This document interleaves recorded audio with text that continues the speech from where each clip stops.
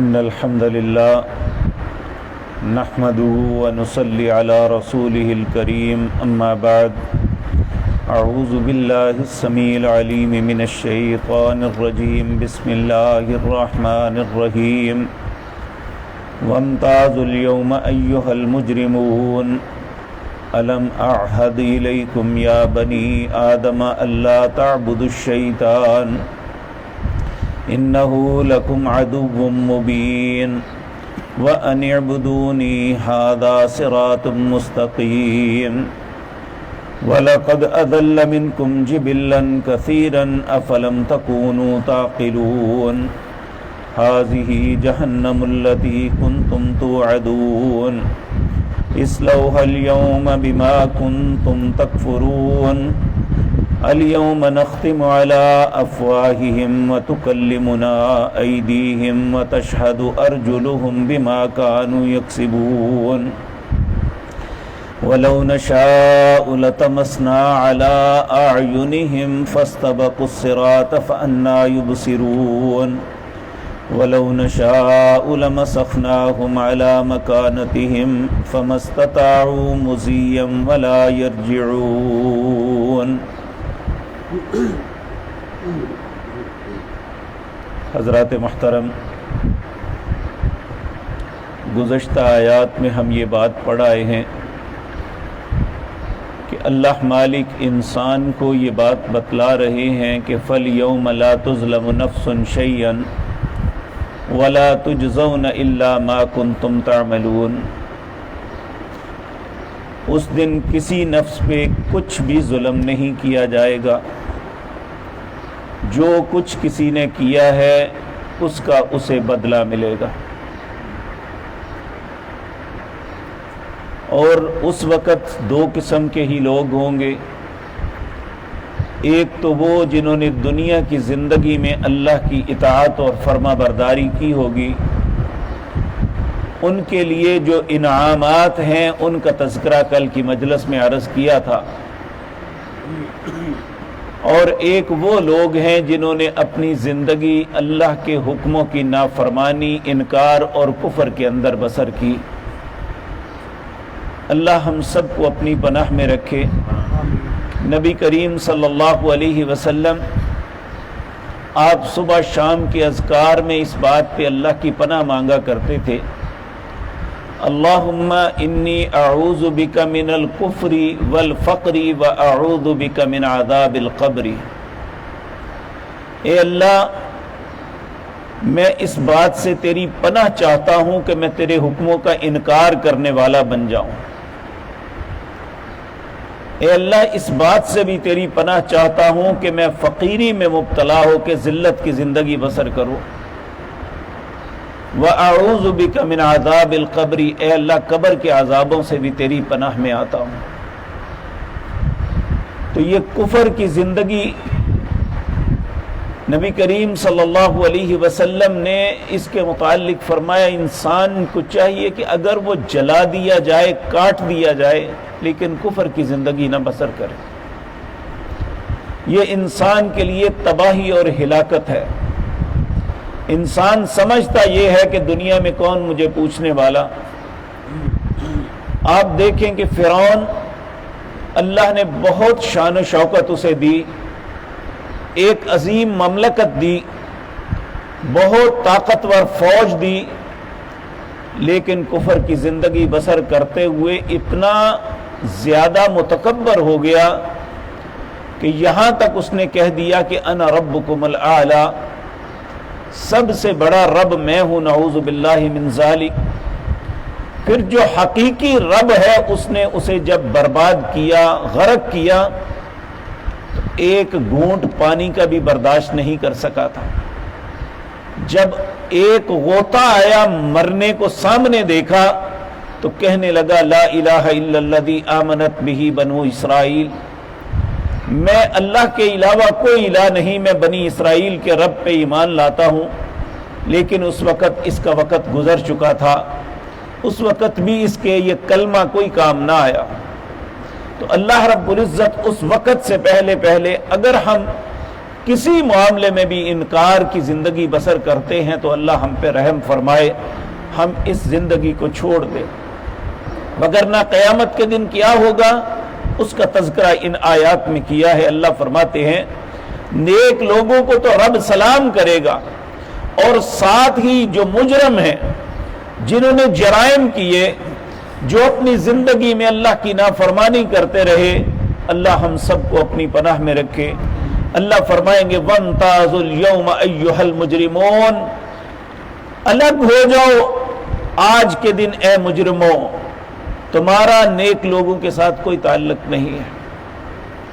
الم احد الیکم یا بنی آدم، کیا تمہیں میں نے نصیحت نہیں کی تھی اے آدم کی اولاد، اللہ تعبدوا الشیطان، کہ تم شیطان کی عبادت نہ کرنا۔ اور سورۃ اعراف میں ہم پڑھ آئے ہیں کہ اللہ رب العزت نے انسان کو ایک مقام پہ یہ بھی نصیحت کرتے ہوئے کہا یا بنی آدم، اے آدم کی اولاد، لا یفتننکم الشیطان، کہیں شیطان تمہیں کسی فتنے میں مبتلا نہ کر دے، کما اخرج ابویکم من الجنہ، جس طرح اس نے تمہارے باپ کو جنت سے نکالا اس طرح تمہیں بھی فتنے میں مبتلا نہ کر دے۔ لا یفتننکم الشیطان کما اخرج ابویکم من الجنہ ینزع عنہما لباسہما، اس نے تمہارے ماں باپ کا لباس اتار دیا تھا، یعنی یہاں تک کہ جب ان سے غلطی ہوئی تو وہ دونوں ننگے ہو گئے، جنت کے پتوں کے ساتھ اپنی شرمگاہوں کو چھپانے لگے۔ ینزع عنہما لباسہما لیریہما سوآتہما انہ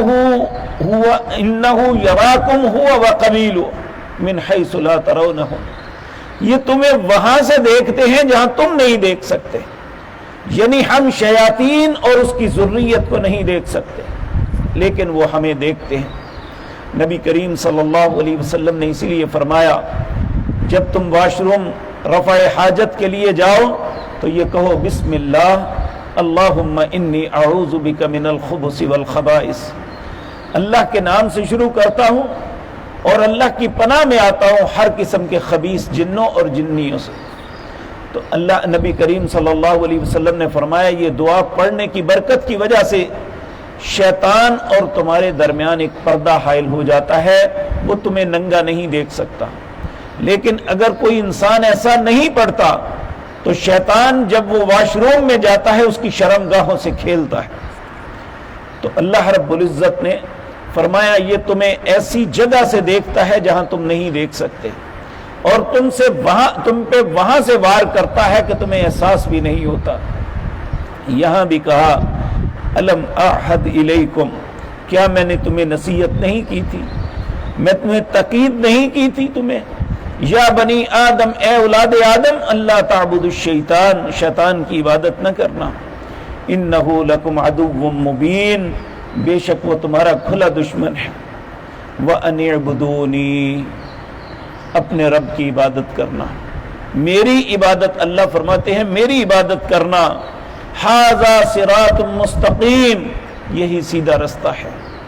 اللہ ہمیں اپنی عبادت پہ زندہ رکھے اور اسی پہ موت نصیب فرمائے۔ وَلَقَدْ أَضَلَّ مِنْكُمْ جِبِلًّا كَثِيرًا، کیا البتہ تحقیق تم میں سے بہت سے لوگوں کو گمراہ نہیں اس نے کر دیا تھا، تم سے پہلے کتنے لوگوں کو اس نے گمراہ کیا۔ افلم تکونوا تعقلون، تم عقل کیوں نہیں کرتے؟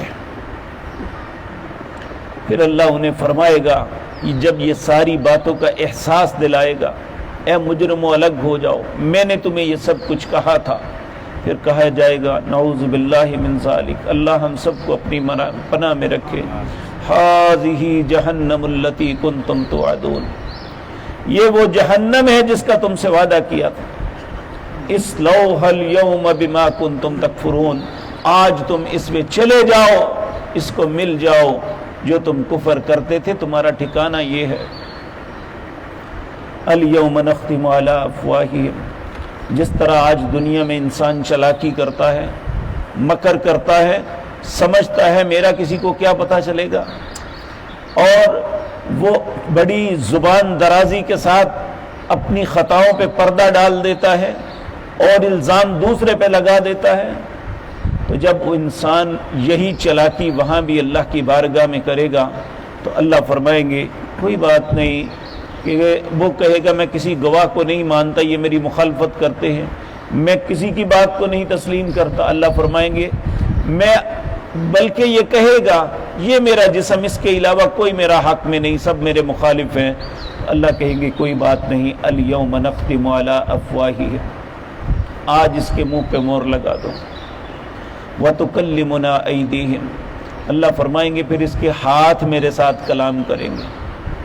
وتکلمنا ایدیہم وتشہد ارجلہم، اس کے پاؤں گواہی دیں گے بما کانوا یکسبون، جو وہ یہ کیا کرتا تھا. تو اس وقت یہ اپنے ہاتھوں کو، اپنے پیٹ کو، اپنی شرمگاہوں کو، اپنی چیزوں کو ڈانٹے گا، کہے گا کہ تم ہی میرے مخالف ہو جاؤ، میں تمہارے لیے، تمہیں بچانے کے لیے سب کچھ کر رہا ہوں. تو وہ کیا جواب دیں گے؟ آج ہمیں اس نے بولنے کا حکم دیا کہ جس نے ہمیں زبان سے بولنے کی اجازت دی، آج اس کے حکم سے ہم بولیں گے. تو اس وقت انسان کے ہاتھ اور پاؤں گواہی دیں گے اے اللہ جس طرح آج ہماری خطاؤں پہ پردے ڈالے ہیں، اے اللہ ہماری خطاؤں کو معاف کر دینا، اے اللہ قیامت کے دن ہم میں سے کسی کو بے آبرو نہ کرنا. پھر اللہ رب العزت دو باتیں کہتے ہیں، وَلَوْ نَشَاءُ لَطَمَسْنَا عَلَىٰ أَعْيُنِهِمْ فَاسْتَبَقُوا الصِّرَاطَ، اگر میں تمہاری آنکھوں کو ہی مٹا دوں تو بتاؤ کہاں سے دیکھو گے؟ فَاسْتَبَقُوا الصِّرَاطَ، کون سے رستے پہ چلو گے؟ فَأَنَّىٰ يُبْصِرُونَ، کیسے دیکھو گے؟ وَلَوْ نَشَاءُ لَمَسَخْنَاهُمْ عَلَىٰ مَكَانَتِهِمْ، اگر میں چاہوں تو جہاں کھڑے ہو وہیں پہ تمہیں مسخ کر دوں، چہروں کو بگاڑ دوں یا معاملات سارے بگاڑ دوں. فَمَا اسْتَطَاعُوا مُضِيًّا وَلَا يَرْجِعُونَ، پھر تم کبھی بھی اپنی اصلی حالت پہ نہیں آؤ گے، نہ لوٹ سکو گے. تو انسان کو چاہیے کہ اللہ سے ہمیشہ ڈرنا چاہیے. اللہ ہمارے دلوں میں اپنا خوف پیدا فرما دے کہ جب ہم کوئی خطا کرنے لگیں تو ہمارے اور ہمارے گناہ کے درمیان اللہ کا ڈر آ جائے، ہم اس گناہ سے بچ جائیں، وگرنہ گناہ کے ساتھ انسان کا انجام بہت برا ہے. اللہ رب العزت ہمیں مرنے سے پہلے پہلے توبہ کی توفیق بخش دے. اللہ ہماری خطاؤں کو معاف کر دے. اللہ قیامت کی سختیوں سے ہم سب کی حفاظت فرمائے. اقول قولی ھذا واستغفر اللہ لی.